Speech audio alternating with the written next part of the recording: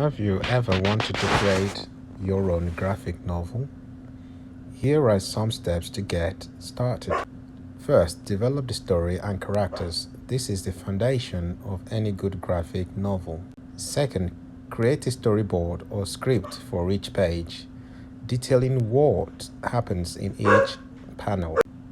Draw rough sketches of your panels or paper or digitally, making sure they fit into the overall page layout.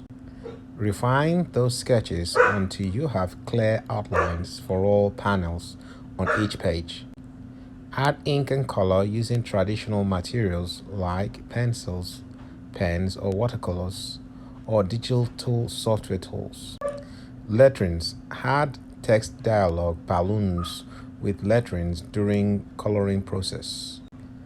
Then publish it online through platforms such as Webtoon, Tappers, etc.